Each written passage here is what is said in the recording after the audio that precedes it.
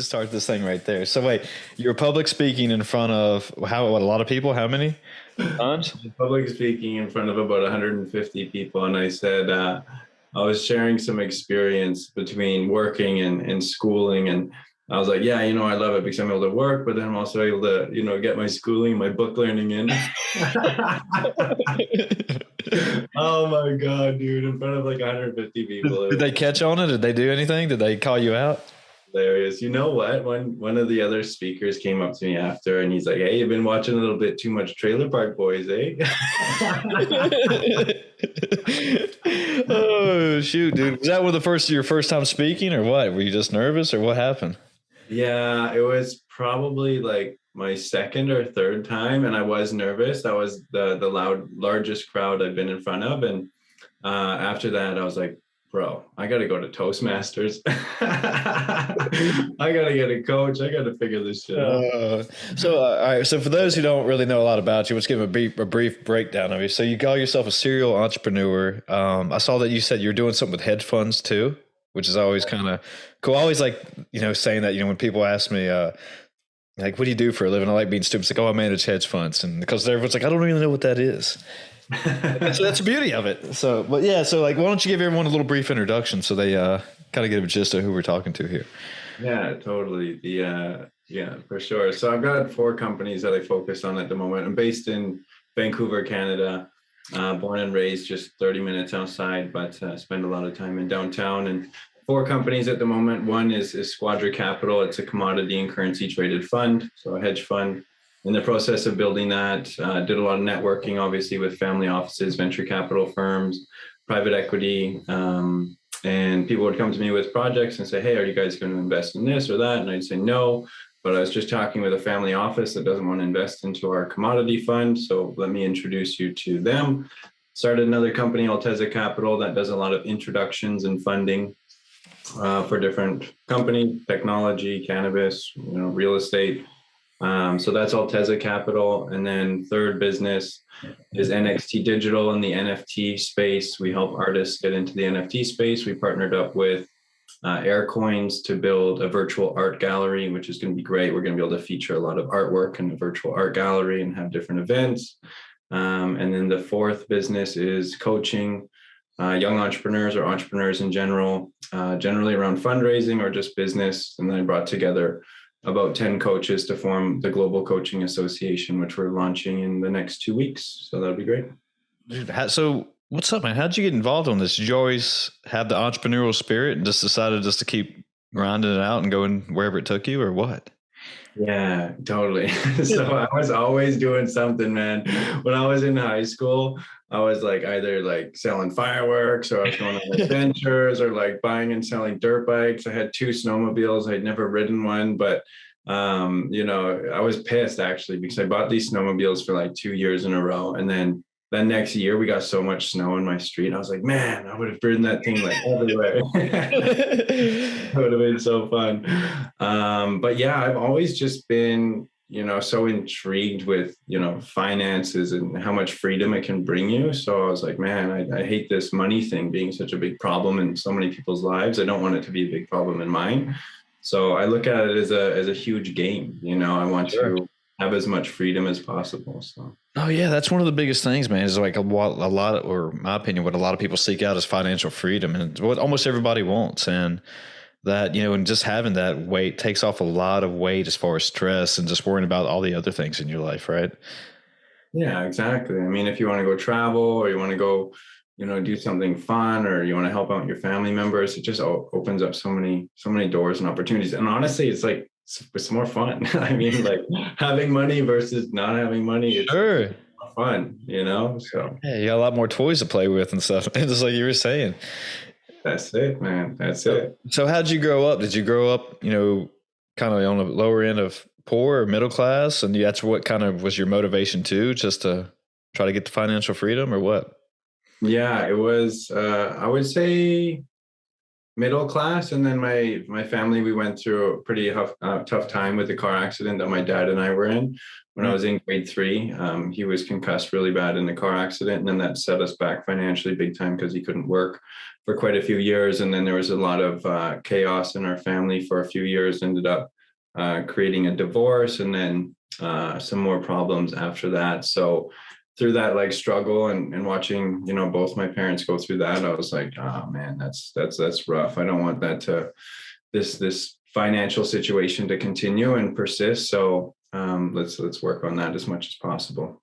Yeah, it's always have some type of motivating factor where you see some type of, I guess a life like that. And that's when you're like, hey, I don't want to live like this. I want to live something better. And I want to give back to my, whether it's you start your own family or people around you, and just said, yeah. And just when you're able to do that with financial freedom, though, it makes it all worth it, I guess, that, hey, you worked so hard, and like, look, you just said you just named off 4 different businesses. And so you got that motivation, you got that work ethic, dude. And did you always have that work ethic too ingrained in you?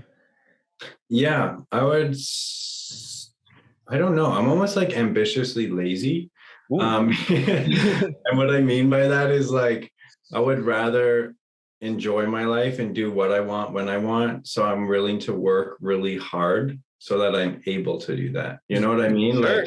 Like, sure, I can make 80 grand a year working for somebody, and I don't really have to think too creatively, and like, I don't really have to push myself. And you can almost be lazy in a job. You know what I mean? Like, it really doesn't take much effort to go to a job and just work 8 hours a day and then go home and chill. Like that's a lot less work than, working all the time. So, and then when my goal is ambitiously lazy is pursue entrepreneurship to the point where then I get my time back, and then I can go back from there. But along that process, I've realized that I'm never going to stop because I just love building businesses. Like it's so fun, man. If you tell me, hey, Tom, you can go dirt biking with me and my friends for like 3 days on a weekend, or I can go to like a seminar with like a bunch of business guys and we can like work on building a business over the weekend, I would choose that. So yeah, dude, like you hit it on the head right there. Just that it seems like, I forgot what book it is. I think it's like the theme of it is actually talking about how people live their lives working these bullshit jobs and how unhappy they are because they're not actually exploring their dreams. And,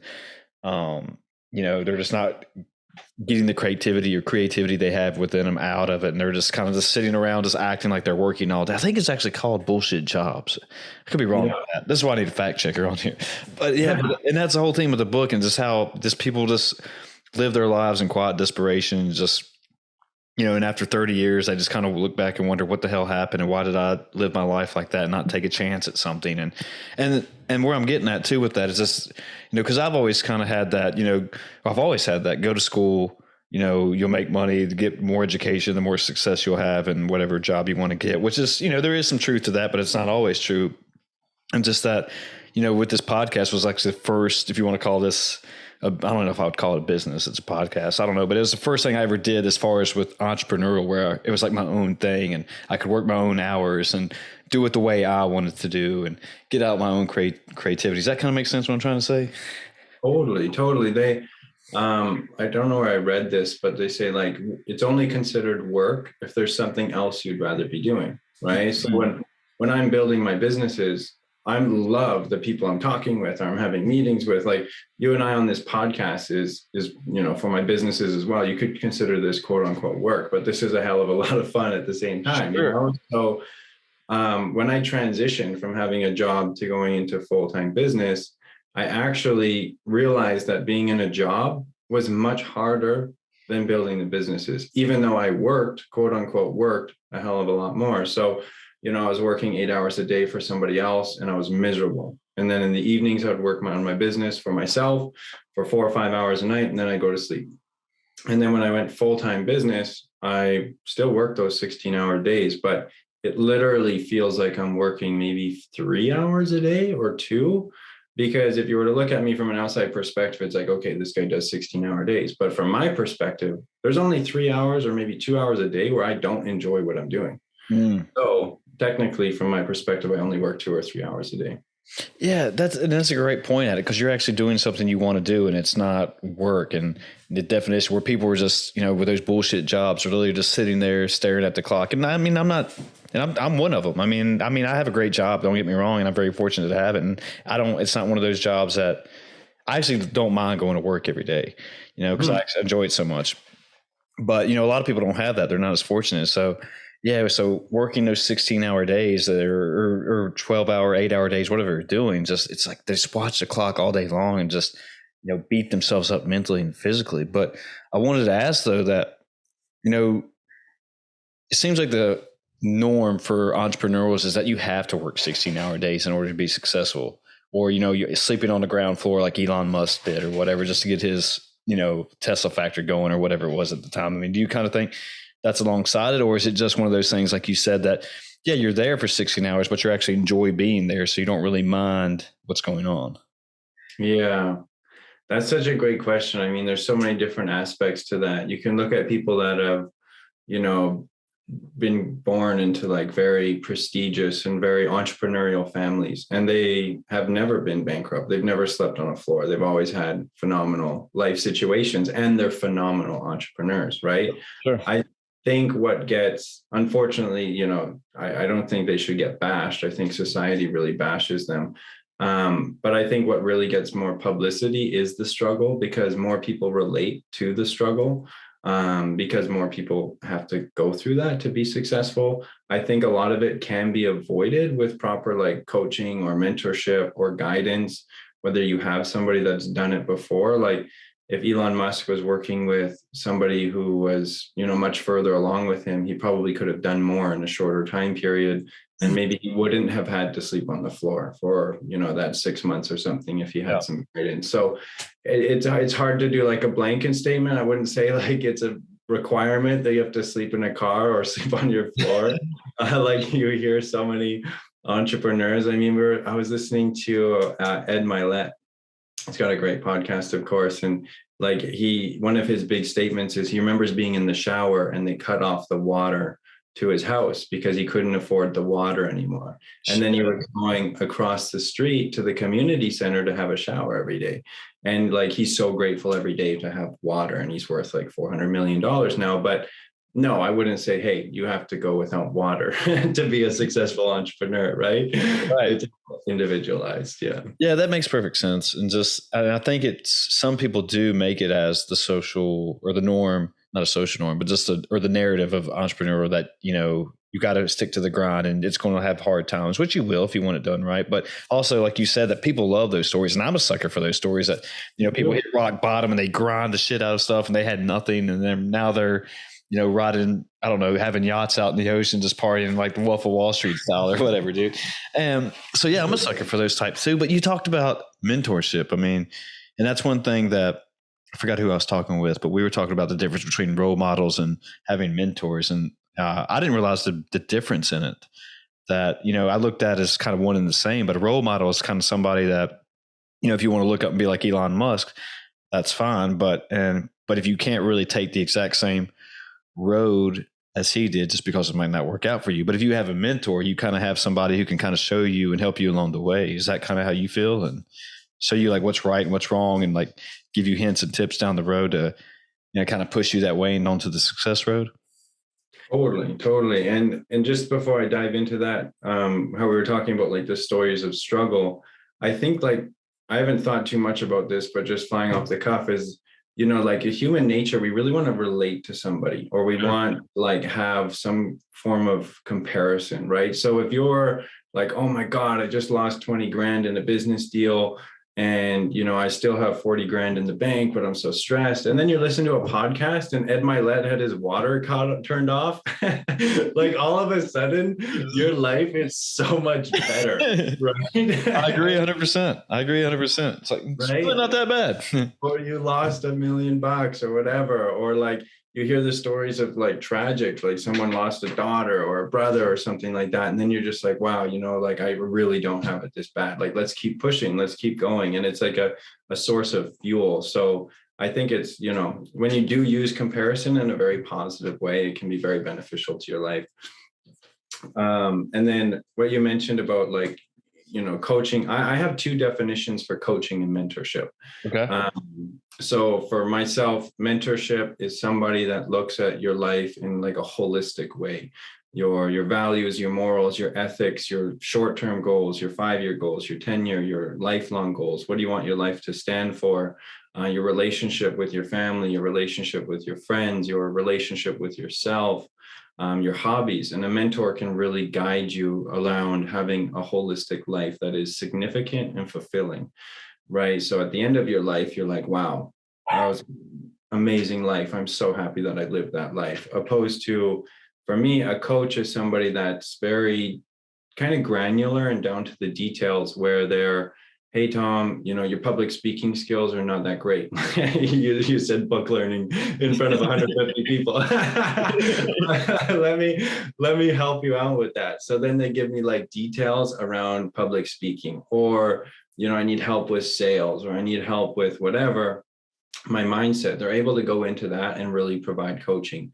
But I would not rely on that coach per se for, hey, I'm having a massive fight with my brother, or this business deal is going sideways. They're not there for that. So Yeah. for myself, where I'm like very grateful, as I look for somebody that can do both. So I have a phenomenal coach and mentor. They look at every aspect of my life. I bounce like all of my ideas off of them, all 4 businesses, as well as other projects and other ideas, and they can give me awesome guidance. They've accomplished like so much more than I obviously have now, and like where I really plan on going. $1 billion net worth, that's what we're going for, right? Oh yeah. So I'm really grateful to have somebody to give me like a life direction, as well as business direction as well. Yeah, that makes perfect sense. And that's one thing that, I've always kind of tell people, hey, if I know I'm not doing good at everything, I'm not great at everything. So if I am doing something wrong, or you think it could be done a better way, like, let me know. You don't want to surround yourself with just yes, man. Like I know I fucked up that word book learning. So tell me that, tell me I need to go improve my stuff, and it's the same thing for here, when like we were talking about, hey man, if I, fuck up a word or say the wrong stat or fact or whatever, that's okay. But I want somebody to call me out on it. But not everybody likes those critiques and that feedback, right? But I feel like that's what people need in order to grow, in order to get better. Is just like, hey, you sucked at this, now do better. And even though it sucks, and I don't, it sucks hearing that, but if you're told you're great all the time, then how can you get better? I mean, but you're really not doing anything spectacular, right? Yeah, absolutely. Absolutely. Yeah, you need to be humbled a lot of the time, and you need to step up your game a lot of the time as well. And again, with going back to the coaching and mentorship, somebody that can give you that constructive criticism, that's not just calling you, say, hey, you're like an idiot, and you're just like not helpful at all, right? Like, there you go, constructive criticism. I'm an idiot. Tell me how I can be better, right? Exactly. A better idiot, right? But like where a coach and mentor can kind of look at all those aspects of yourself or your life, and then maybe you're beating yourself up too much. You know what I mean? It's like, okay, Tom, you messed up one word. You don't need to be in like a depression for like 3 weeks, right? It's one word. Like, stop being such an idiot. Let's go, right? So some people need more encouragement. Some people need more, being a little bit more humble. And that's where having someone that you can speak with, they can really assist you with what you need. Yeah, I'm all for those humbling experiences, and that I need them in life. Like when my girl dumped me a few months ago, and then when I do my lifts or whatever, and I don't make the weight I want to or whatever. But you need that in order to grow, in order to get better, and you learn from those mistakes. Where I learn from them anyway. It's like, okay, let me self-reflect and figure out what I did wrong, and that way next time I'll, in order to prepare whatever, I can do better. And then, like for example, I mean, not because it's not perfect, and we're human beings, and we're not going to get everything perfect at all times. And no matter how much I want it that way, and however much that I wish it was that way all the time, but it's just not, and that, but also taking these chances and learning from your mistakes is what, helps you get out of that comfort zone. And, like doing this, and I've already kind of touched on it once, but this got me out of my comfort zone. But I knew that, by having these conversations and opening myself up to the world and being vulnerable at the same time and trying to have these humbling experiences, I needed that in order to get better at the things I wanted to do. Like you just said, $1 billion was the goal, and you keep doing the same shit, you're just going to keep getting the same results. I mean, I forgot who said it. Was that Einstein? I don't even know who said that, but yeah, definitely insanity. Yeah. So, and it's one of these things that you got to take a step and, into a different direction in order to gain what you want to. And, And I'm loving your story though, dude. Like you did that. You found the motivation. You've been grinding. Yeah, life's an adventure, man. And like that's what I think about on a daily basis is I really just want to live a life full of adventure. And it's like business and it's traveling and doing this, that, and the other thing. And, sure, we're going to screw up. We're going to mess up lots of things. We're going to have tons of highs. We're going to have tons of lows. Mm-hmm. I honestly don't want to be on a super comfortable, like linear path that is just like step up, step up, step up, step up. I want that like exciting thrill of a life where it's, we're doing something, we're launching a new project. Oh my God, project blew up. Like, not good. We need to adjust. Let's do something else. I want to get to the end of my life and be like, whoa, I really lived, like I totally had a life of adventure and thrill and excitement, and I pushed myself to the limit. I was really trying to be the best version I could be. I was really trying to help other people be the best versions of them. I was trying to progress, mankind. I was trying to progress my community, really add value. And if you're trying to truly add value and become a person of value, you need to push yourself in many different aspects. And play, you don't need to play, have fun, live on, enjoy those adventures and just freaking go for it, man. Dude, I love it, dude. You're want to be ready to run through a brick wall here in a minute. Oh, let's get it. Powerlifting after this. I love what you said though, dude. Like, I can't remember. I'm going to probably fuck this up too, but I think it was the Egyptians. Like when you get like, as part as like their afterlife or whatever, once you get to the gates or something, they ask you if you ever found joy in your life and what was it? And what you were just talking about, man, finding adventure and having the ups and having the downs and, and like you're saying that brings value to yourself and you keep on the grind and keep working hard to gain what you want to. And there's going to be ups and downs and that you still find joy out of that. And just that there's something to that. And my point is that, and you said like when you're on your, I think when you're get to the end of your life, I can't remember exactly what it was, but somebody else said at one point that when I'm looking back on my life on my deathbed, that I want to say that I had these adventures and I had these life experiences, and I'd rather just not be like, fuck, I wish I would have got that new iPhone that one time or something, but like you can say like I had a life well lived. Totally agree. And it can be applied to everything. I mean, it's funny because my mentor, this guy's accomplished so much. It's incredible. And he literally tells me to sleep more and have more fun. And I'm like, what? Like, this is crazy. Like my whole life, every coach I've had, every mentor I've had has been like, work harder. Let's work harder. And that's how I've been. Like military mindset is like, let's work harder, be disciplined, got to meditate in the morning. Then you got to read your book and then you got to do this and then you got to do that. And then at noon, you got to go for a run. It's like, cool. I did that for a long, long time. But I realized that I created my own prison. You know what I mean? Like I was constantly building and pursuing a life full of adventure and freedom.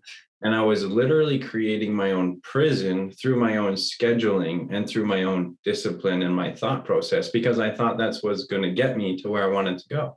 And if I was always trying to get somewhere different, because I always have different goals, it's 1 million, 10 million, 50 million, 100 million, whatever, right? We always want to progress. I'm a progressive person. I always want to be better. That means that I'm never going to be happy with my life because I'm always going to be perfecting my daily schedule to accomplish something that I'm constantly moving the goalposts for. Right. And then I was like, holy shit, man, I'm literally going to live a life of misery. And I'm going to be that like guy that's worth $1 or $2 billion. And now I hate my life and I've got no friends. I've got like no family. I've got no adventures. Somebody asked me like, oh, what'd you do with your life? And I'm like, oh, I just worked in an office all day for my whole life. Like, hell no. It's like, you want to launch this business, crash that business, and you want to go traveling. And then you want to, meet this person, meet that person, build incredible relationships. And, I would way rather be 60, 70, 80 years old and accomplish half, but live in an incredible life opposed to accomplishing double and living in a life of misery. Yeah. As far as I know, you can't take it with you after you die. So why not? That's great. I'm not putting it aside though, work hard. If that's your goal in life and that's what you want in life, that's fine. But, and I don't want to push aside what you said that, it does take hard work. It does take discipline. You need all that and you found that. And that's what got you to where you are now. But but you've also seemed like you found a balance though too, that, if you need to go have some fun and let off some steam or whatever, you can do that. And, same way with my training, and, you can use this example with anything, that it's okay that, all right, 6 days out of the week that you did everything perfect. You got up, you got your 8 hours, you ate right all week, kept stress free for the most part, and you got all your work done. But on Sunday, if you want to go out and have an ice cream or get off a little bit, have a slice of pizza and a couple of beers or whatever with your boys, and have that, and have that time to chill out and bro out a little bit, that's perfectly okay, as long as next Monday or whenever the next day comes, you're back on it, dude, and you stick to that schedule. And yeah, there's a place for doing it 24/7, I guess, but also that it doesn't necessarily have to be ingrained that it takes 100% of that. You can, I don't know, I guess, I hope that's what I'm trying to say, is that you can do all the work and up there, but it's okay to get out of line a little bit, off the barrier, and enjoy yourself. Yeah. Like actually live life. There you go. That's what I'm trying to say. Actually just live your life. It doesn't have to be that, you have to do this stuff, point A to point B to point C to be successful. Yes, that helps, but you can enjoy a little bit of it too along the way. Totally enjoy all of it. You know what I mean? Like, enjoy as much of it as you possibly can. Like, I probably lived so much in like discipline and routine that I enjoyed like 8% of my daily activities, where, and then 92 of it was just like I had to do it because I had to do it. And then I got to the point too where I'm sure many listeners and yourself, you as well, Chris, have experienced this. Then you do let loose and you're like, okay, I'm gonna have some beers, I'm gonna eat some pizza with the boys, and then you're like, you're enjoying it, but then you're like, oh man, I'm gonna have to work extra hard at the gym tomorrow, and I wish I didn't eat this. And I'm just like, great. So even when I do enjoy myself, I beat myself up for enjoying it. Or like you go away for a weekend to go dirt biking or like go snowboarding or whatever, and you're like, oh man, like all this business is piling up and I didn't get it done, blah blah blah blah blah. And like you're not even enjoying snowboarding because you're thinking about the business that you should be doing. And I did that for years. And I was just like, Tom, you are never going to enjoy your life ever. Like, you're such an idiot. What are you doing? But a lot of people, I also think, don't have that awareness where they have that consideration. They just go through it week after week after week after week, day after day after day. And they've been in a job they hate for 10 years. They're building a business they hate. I just read a really great article on Instagram or LinkedIn. And this guy was building, I think it was like a $15 million business, and he hated his life, worked 16 hours a day, made crazy money, whatever, blah, blah, blah, blah. And then he quit, started a new business. He makes like, a tenth of the money he used to, but he loves his life. And now it's just like so much better, right? So just being aware of that, right? And what comes back to the like, really ground myself in my life is, significance and fulfillment. Like you said, you cannot take it with you, right? Regardless of what it is. So when you get to the end of your life, and I read and I've done some research on like the greatest regrets and what people say when you've got, a month left to live. And it all kind of comes back to significance and fulfillment. They wish they spent more time with their friends. They wish they spent more time with their family. And it's all about like relationships and their values within themselves, and they wish they felt happier, they wish they felt stronger, they wish they took more risks, they did more adventures, they really pursued what they desired, right? So that's why I love my coaching and mentoring business, because no matter how much money I make, I'm not going to be significant, I'm not going to feel significant and fulfilled. But when I help other people overcome their limiting beliefs and become the best versions of themselves, and they don't say book learning in front of 150 people, then they're happy, they're joyful, they're becoming better. And that makes me feel significant and fulfilled. So, I really think that's such an important factor to keep in mind when you're, pursuing your career or pursuing your business, is when you've got 1 month left to live and you remember back on your life, are you happy with every choice that you made, right? Yeah, dude, that reminds me. I mean, I've talked about it on here, I think already for sure, but I was listening to a podcast, and these two guys were talking about, they were having some whiskeys, and there were two comedians, and they were talking about, the life on the road and being successful, but being away from their families at the same time. And, this younger dude was talking to a comedian that's pretty good, Bert Kreischer. I don't know if you know who he is, but He asked me, he's like, hey, how do you deal with, he's coming up. He's like, how do you deal with being away from your family and everything and being away from your daughters? And he's like, does it get any better? And in order to be successful and be who you are today. And, he started tearing up a little bit and he's like, dude, to do it, it doesn't get any better. I mean, you're not going to have that regular fatherhood, Hallmark TV show you see as far as a fatherhood. But if you want this type of life and to be this type of success, and that you could tell, like he started tearing up, and he almost started crying on the podcast. He basically was, and then they both kind of teared up, and at the same time, and he was just like, "Yeah, you just got to kind of figure out what you want out of life, and you just got to, if it's this type of success to have all the money in the world and all the fame in the world, but at what cost? You're not the greatest dad in the world." And he kind of said that too, that he just felt like he was not one of the better dads in the world. And it was like, fuck, man. It's like, is that really what you want though out of life? And as far as success, and which everyone wants, everyone's got their own definition of success, I guess. And I'm loving what you're saying is that, it's like trying to get the best of both worlds is that, have the work hard, play hard, get to where you want to be, but also don't be afraid to, live your life and have an adventure and be the values and morals on your family, if that's what you have, and kind of have the total package, I guess. And that's what always success kind of meant to me is like, be well-rounded and be, be the man that you want to be. And hopefully be the person that when other people look at you, you hope when they are looking at you, they're thinking the same thing that you are, that, oh, wow, he's a great man. Yeah, man. It's like, I say it a lot, and it's like individuality. Like, what is true to you? If you want to be a monk, like don't have sex, don't get married, whatever, just chill, relax, meditate all the time. That could be your life, that you're just fulfilled, significant, and you're so happy with your life. Maybe it is, being a long-term investor like Warren Buffett, and you just want to sit in an office all day and you want to read reports and you want to study and you want to invest and you want a relationship or you don't want a relationship, but you're super, super happy, right? Like my life would drive people insane. Other people's lives drive me insane. So really like take that time to sit down and write out like, what are your values? What are your morals? What are your ethics? What do you want to accomplish with your life? What do you want to do? How much free time do you want? How much do you want to work?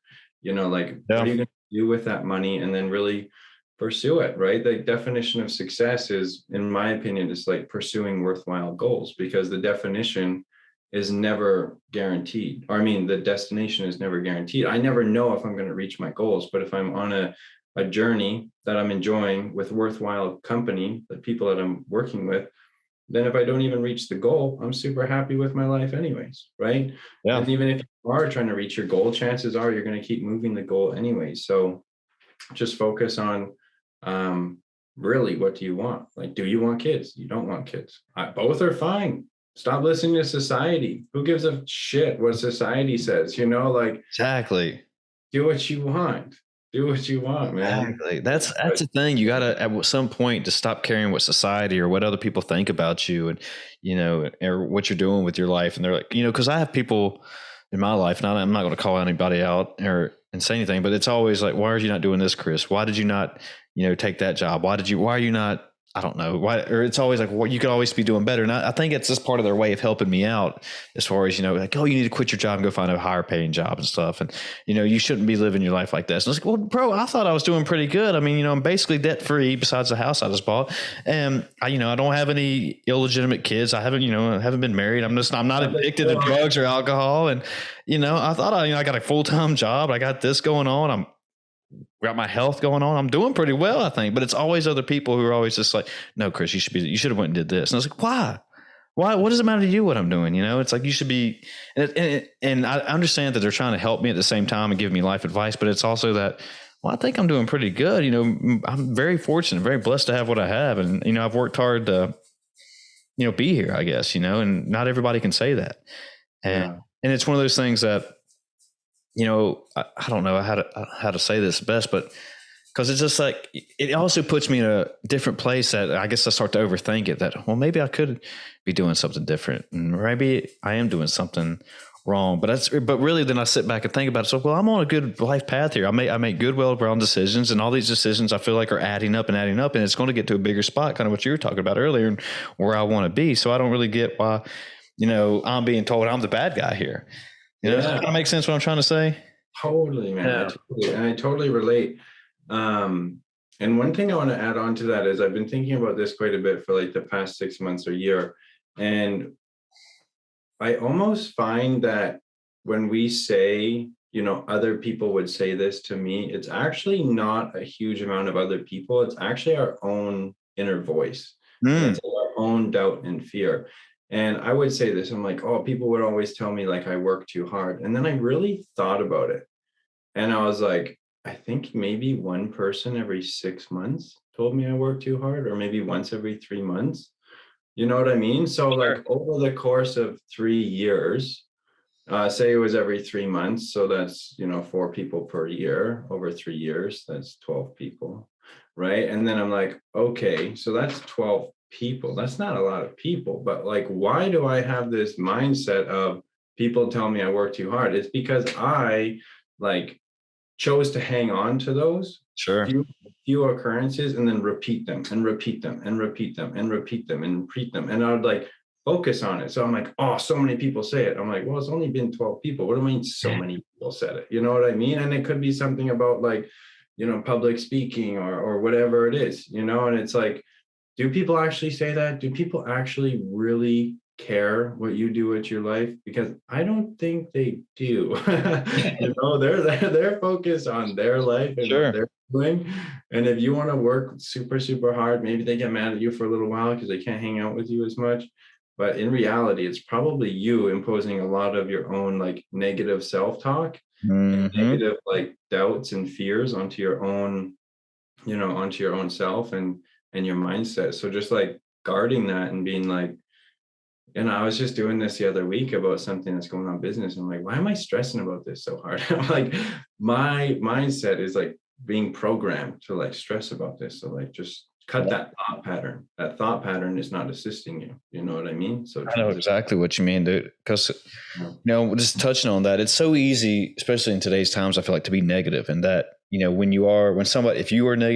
person's negative towards you, it's so easy to hang on to it too. Because, I'm guilty of it just because somebody will say, like I said, you not necessarily work harder, but, you should go find a job that's higher paid, or you should quit your job now and start being an electrician. That's what one guy was telling me. Dude. I was like, can't quit and throw everything away just to go take an apprenticeship, which, there is, I guess I could, but I'm not going to do that, but crap, I almost lost my train of thought, but that's it. So it's just so easy to be negative, and that it's one of those things that when I find myself getting negative and I find myself in that negative comfort zone or negative loop, that I just got like, all right, dude, get yourself out of here, turn things around and get back positive. And it's like almost also trying to surround myself with more positive people in my life. And you can relate to this because, you don't hang out with just, you try to hang out with the same people who think basically like minded, your own tribe, rather than just people who are off doing their own thing, just telling you like your shit all the time. Who wants to hang around like that all the time? For example, I went and saw Top Gun the other day. Thought it was awesome. Great movie. Right. And, everyone I've talked to so far has loved it. Right. But I bet you there is one person out there who just fucking loves being negative. Yeah. And it's just, and I'm probably going to find it sooner or later. And like somehow we'll get on this subject. And hopefully it ain't you, Tom, but start talking. I hate Top Gun. Exactly. I hate you, Chris, because you like Top Gun. No, exactly what it is. I'm done. Podcast over. All right. Thanks everybody for out of here. No, but that's exactly it. Like everyone I've talked to thought Top Gun was a badass movie, right? And then now we go find some random dude just like, oh, you liked it? Well, I just want to fucking shit on it because I know you liked it. And it's like, well, what did you hate about it, right? And they're like, I ain't gonna tell you. They're like, no, it sucked. And I was like, well, tell me what you didn't like, man. Did you not like Tom Cruise? I mean, what's up, man? And it's just people like that. They just choose to be negative just because they think that it's cool, I guess, right? Yeah, man. And I really struggled with like what people thought for a long time. I was a people pleaser. I was always a people pleaser. I want everybody to be happy all the time. I agree. I was like thinking about this, I don't know, when I was like 22 or something like that. And I'm like, you know what? No matter what I do, someone's going to hate it. Sure. And like if I love to dirt bike, there's somebody out there that's like, dirt biking is dangerous and you're going to hurt yourself and you shouldn't do it.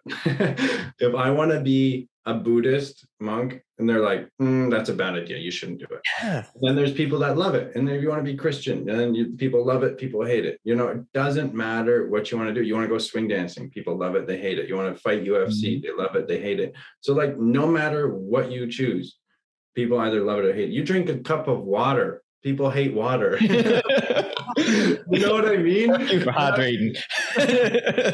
I literally was just like, bro, I'm so done caring about what people think, like, because it's impossible to please everybody. It is.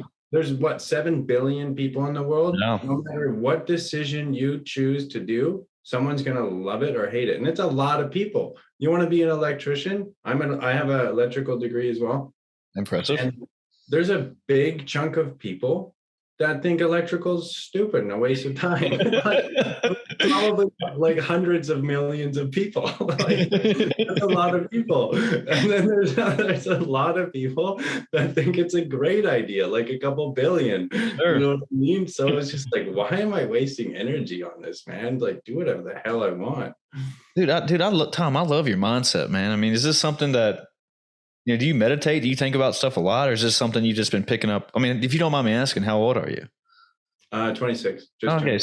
Yeah. So you're a young dude. So, I mean, is this, because, when I was 20, let's say probably not until I was turned 25, maybe 26, 27, I really started to change my mindset and was like, all right, let's start looking at how things I can grow and how I can get better with myself. Just because, leaving college, I felt like a fucking loser, dude. And it's like, all I was doing was just there to party, really, right? And was just not really thinking about my future. And then when everybody left, and started living their life, I was just kind of stuck and, didn't really have a job. I moved back here with my mom and pop, and it was just like, well, I felt like a huge loser. I didn't know where to go, and I didn't really know how to think about things or look at life. And I guess what I'm getting at is I wish I would have had your mindset at the time, though. It's taken me.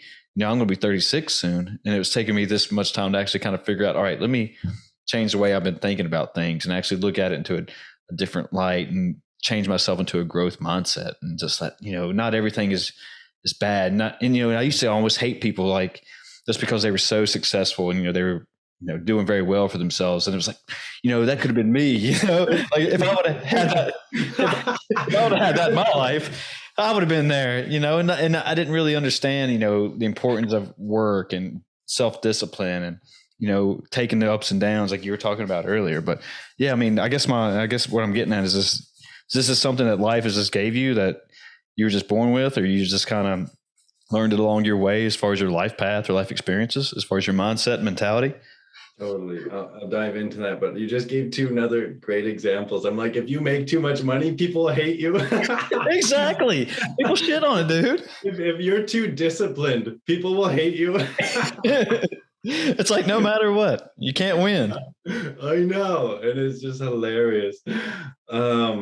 But yeah, I would say it was a combination of things. When I was younger, I've really had, I actually got to say, like, movies and TV series and whatnot actually like really gave me a sense of, I don't know, like who I wanted to be. And it was always the movies of people that overcame and like became, and they like made an actual impact, and they changed, and they did something significant, whether it was whatever, like Batman or like something like that, like something cool like that. And I was just like, man, like, I feel like I've got this choice in life, and I can either do something that I really want to do, like make an impact, or I could just like go through life and do something, a little bit less. And I'm like, what do I want to do? And I always just really wanted to do something significant. And I'm not saying that creating money is significant. I mean, you can be a school teacher and make whatever money, who cares? But you're like changing lives. That's super significant. Yeah. So I do not say like scale is significant. Like,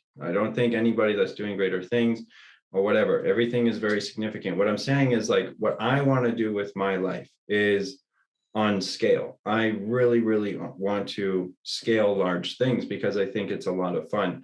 So I had this, like, when I was watching those movies, was a sense of accomplishment. And I wanted to become somebody that I was really proud of. and I wanted to step into those shoes and accomplish things that I was going to be proud of myself for accomplishing.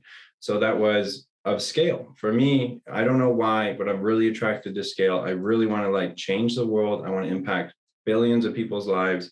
I want to do things that are, in my eyes, extremely significant. So when I was watching those movies, it was like, hey, they went through struggle and they kept working and they kept working. They went hard and they went hard and they worked hard.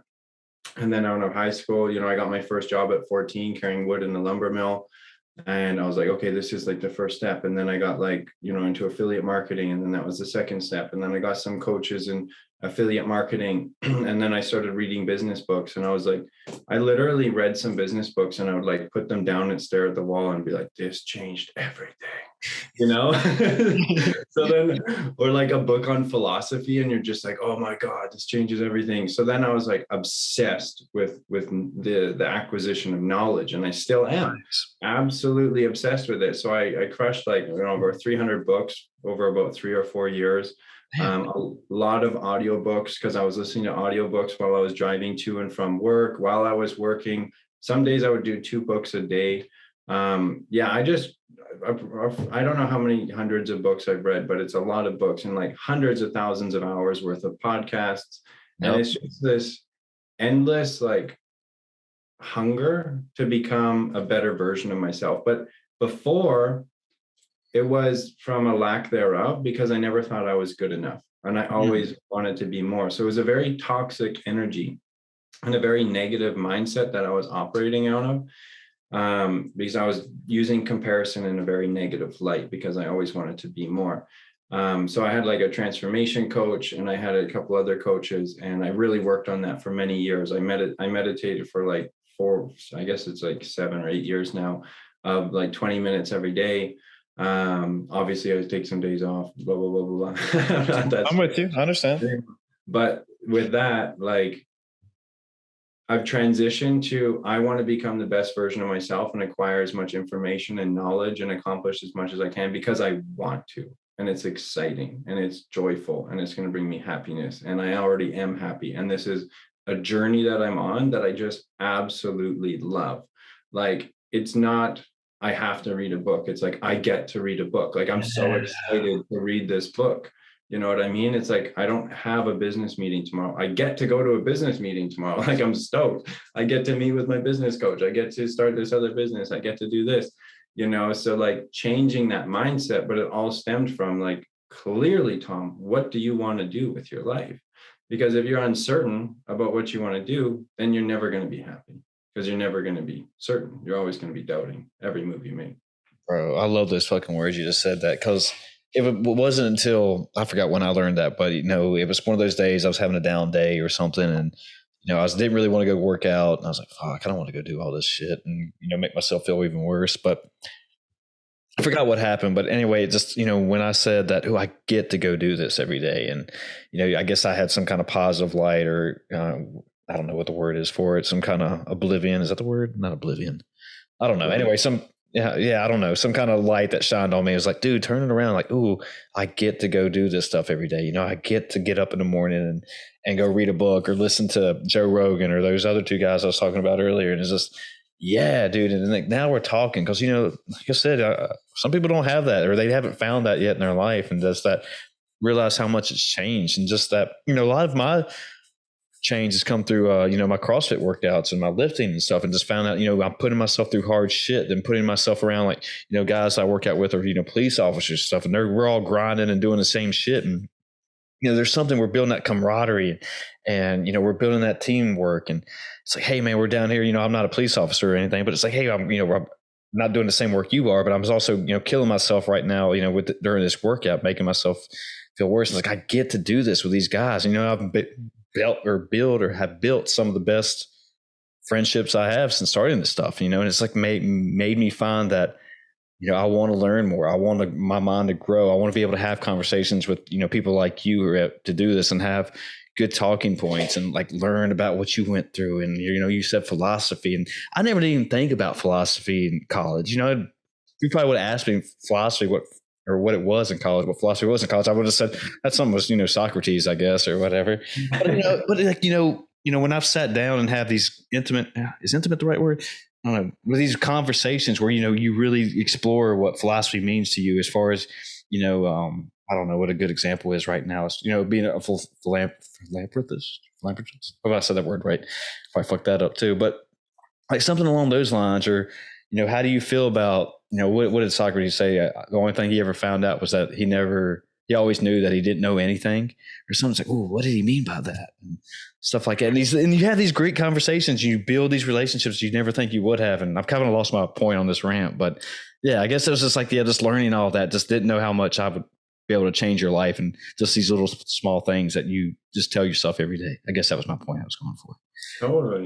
Totally. And what, like, the more you learn in general, like, it's true, like the more you realize that you don't know, because no matter what statement you make, you can be incorrect. You know what I mean? Like, Exactly. that's why I'm really say individuality a lot, because I'm like, oh, if I say you need to work more, some people don't need to work more, they need to work less, right? It's for the small minority, right? And majority, but and then you can say like, oh, this person should eat more vegetables, but they're allergic to vegetables, so they should eat less vegetables. You know what I mean? Like, no matter what you say, there's always somebody that it's not the perfect fit for.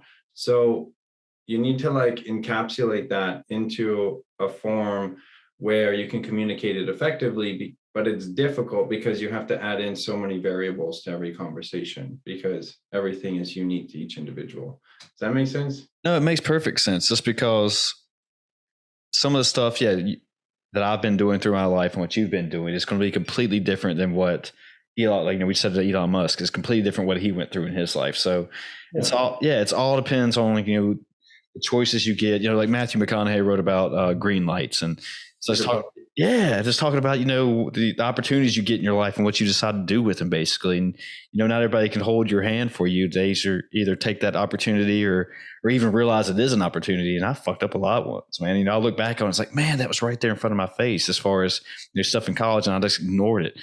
And so in this, like, that same opportunity would not have been, what you would have had in your life, or The Rock, or Elon, or Warren Buffett, or whoever, your role model is, or whatever. So yeah, it's all unique, and it's all like how you decide to live your life and decide like, what is the meaning of this opportunity right now. But yeah, it's also a great book too, dude.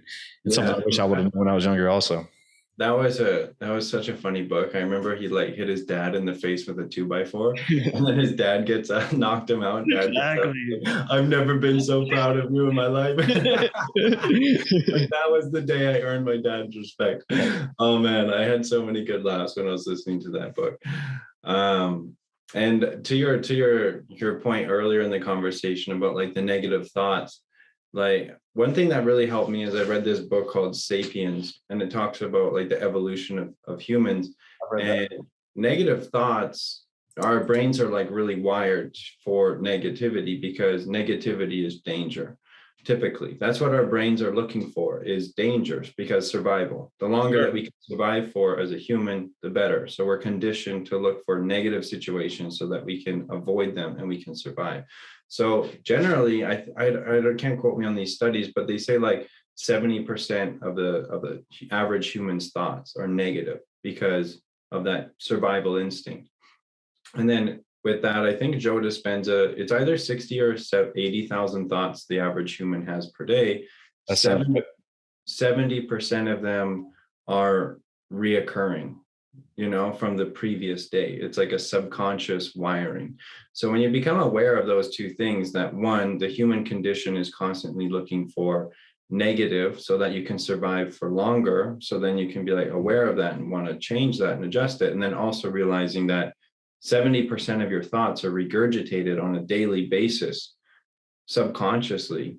Then you want to also start making adjustments to that, because then you can adjust them to being more significant, more fulfilled, more happy, more joyful, more productive, less anxious, less depressive, Yeah, dude, that's exactly 100%. I mean, never really looked at it, like 60 to 70% of your thoughts are negative, but yeah, and reoccurring. But it's like I said earlier, yeah, it's easy to get followed in that trap. I fall into it all the time.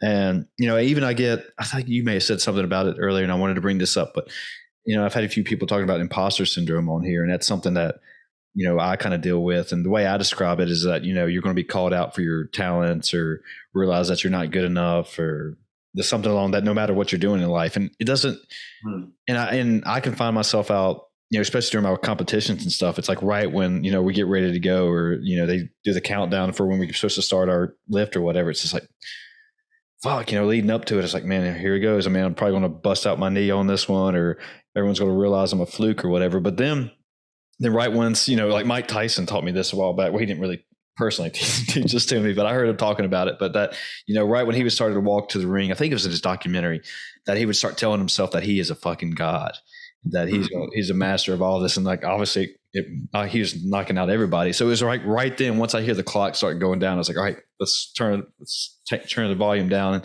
switch the other switch on, man. And just like, all right, you're fine, dude. You're going to be cool, man. And it always turns out okay, but it's just my own inner head just getting in my way. And it's one of those things that a lot of people can't get out of their own way. And it's one thing, speaking of growth mindset and stuff, it's like, I'm still learning to do it, but I'm doing it better, I think.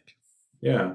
And if you can take that, 70% negative and turn it to 51% positive, like how much better is your life going to be? And then because you've tipped the scale to that positive side, now 51% of your thoughts are positive. And then your brain rewires for more positive, more positive, more positive. And then next year it's 55%, and then it's 60%, then it's 65%.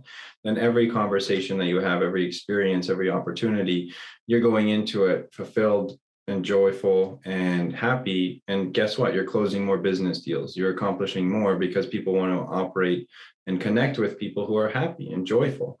So really like monitoring that self-talk and then working to improve it. And, negative thoughts can be as simple as, they don't have to be like dangerous thoughts. They can just be like you were mentioning, like I could potentially blow out my knee because that is potentially dangerous. But it's also relative to like social settings as well. Like, what if I go on a podcast and I say the wrong thing? Well, that's attached to like your reputation, which is attached to like their social hierarchy, which is attached to your income, which is attached to survival. You know what I mean? So like your brain just like monitors and analyzes everything and then wants you to survive at all costs. So if there's any potential risk of this hindering your survival or progression, it's going to pop up like a little red flag if it's dangerous, or a little yellow flag. And you need to identify those yellow flags are just like little cautions. 90% of the time, they're totally irrelevant. It's like, cool, I could go on a podcast and say something wrong. Who cares? Keep on moving forward, right? It's like, what thoughts are actually making you aware of danger? You know what I mean? Like, are you going to stress that, that girl might say no when you ask her out? It's like, what? That's not dangerous. You know what I mean? Like, that guy behind the bar could stab you. Like, that's dangerous. Like, pay attention. Oh, I agree.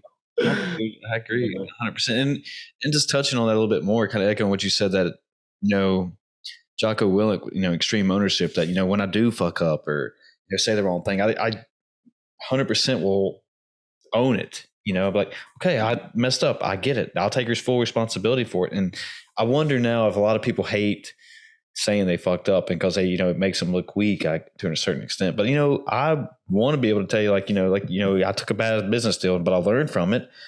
But but I fucked up though at the same time. But now I'm going to learn it, use it as a learning experience. And a lot of people are afraid to say, like, I don't know something, or even say no to something that they realize this might not be a good situation. And totally. Part of another thing I've been learning. My brother, he loves like putting me in a room, because he's like, Tom's going to ask all the questions for everybody. He's going to ask the stupid questions. Because I'm that guy in like high school, elementary school, or even now, I'm like, hey, the hell does philanthropy mean? And then like everybody looks around and they're like, how do you not know what philanthropy means? Right? It's just like, that was one thing that I was born with, was like a massive sense of curiosity. Nice. Everything. So I always remember, I'll never forget this. I was driving with my mom and dad and my brother, and we were on like a road trip to go to like a cabin or whatever. It's like a 4-hour drive away. And I was asking my dad things like, Dad, how's plastic made? Dad, how is like paper made? And I'm like, Dad, how is glass made? And he's like, Tom, I swear to God, stop asking me questions. And like another time, I'm like, Dad, how does an internal combustion engine work? And he's like a mechanic, right? So So then he's walking me through. He's like, okay, so there's a casing, and then there's a piston, and then it compresses an air to fuel ratio, and then there's a spark plug, and then it explodes, and then a piston goes down to a connecting rod, and blah, blah, blah, blah, blah. And that's how I learn. Like, that's how I learn everything. I'm like, how do I build a marketing business? Like, I ask the question to myself and like to the universe, and then I go and find people that have built a marketing business, whether they've written about it in a book or whether they, talk about it in podcasts, and you can learn everything. Like, I'm so happy with society today. Like, you have technology where you can look up anything. If you want to learn how to build a hedge fund, if you want to learn how to be a coach, if you want to learn how to public speak, if you want to do whatever it is, you want to learn about the NFT space, you can start going down any avenue and just start asking those words, start asking those questions, be curious, and just keep going down that path. And you can literally do whatever the hell you want. And you'll figure out if you're interested in it or not. If you're curious about it and you keep asking more questions, that'll be a very strong indication of whether it's something that you want to continue to do or not. Yeah, that's really just, I mean, I know we're getting kind of close on time here, but I know that's really a good point. There's really no more excuses for anything. That if you really want to do something, that you have the whole world at your feet to learn anything at. As far as, like you just said, podcasts, YouTube, books, find a mentor. I mean, there's if you really want to learn it, you can. And then if you decide you don't like it, halfway in, all right, cool. Find the next thing. Find whatever it is that you want to do. And one thing like NFTs is something I've been trying to learn a bit more about and dive into. And it's interesting. I don't know if they're going to be the future. I don't know exactly how to explain it well, but it's just something I've been diving on to because I think it's interesting. And I know a lot of people are making tons of money on it. And I was kind of like, well, maybe I need to try to catch this wave. So totally. Yeah, but it's cool, man. It's cool to learn about it. Even if you don't care about making money, I was like, well, when somebody asks you, do you know what an NFT is? And they show you a picture of the Bored Ape Yacht Club or whatever. It's like, yeah, I know what that is. Yeah, it's cool, man. Yeah. Be curious about things that you want to learn, and you can make money doing anything. So try to turn a hobby into something that you can make money from. And then, you'll technically never have to work a day in your life, even though you'll put a lot of time into it. If there's nothing else you'd rather be doing, then it's not considered work, right? So exactly, bro. If you're curious about dancing or you're curious about music or whatever the hell it is, just go start learning about it. And you'll realize really quickly, because when you learn about something, it's either going to give you energy or it's going to take away energy from you. When you go and do something for 4 hours and you come back and you're like hyped about it, that's a pretty good indication that you could continue down that pathway. If you come back after 4 hours of learning about calculus and you're just like want to shoot yourself, then maybe you don't want to go down a pathway with a whole ton of math and calculus. You know what I mean? So for sure. Tom, I think we should wrap this up and take it home on that right there. I think it's a good way to end this on it. Awesome. People, you're a badass dude. If people want to find you and all that good stuff, or you want to plug your businesses or whatever you want to plug, feel free to do that, bro. Awesome. Yeah, you can just find me. TomMays.com is the best way to find me. I've got my businesses listed on there. If any of them intrigue you, you can obviously reach out to me personally or to any of my businesses. And yeah, thanks so much for having me here, Chris. It's been an absolute pleasure. This has been a lot of fun. I've been on, I don't know, about 8 podcasts in the past 3 weeks. And I got to say, I think this was the most fun so far. Appreciate that, bro. Bro. You do a great job. Yeah. We'll set up another time, man, down the road. Well, if you can get some more businesses going on, or you can teach me about some NFTs more, we'll do this again and bro out a little bit and have some fun.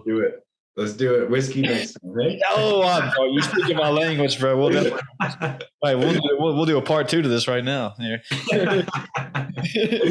But I'm definitely down for that for sure. But yeah, dude. Thanks again, man. This was badass. So. Awesome. Take care, Chris. All right, we're out here, folks. See ya.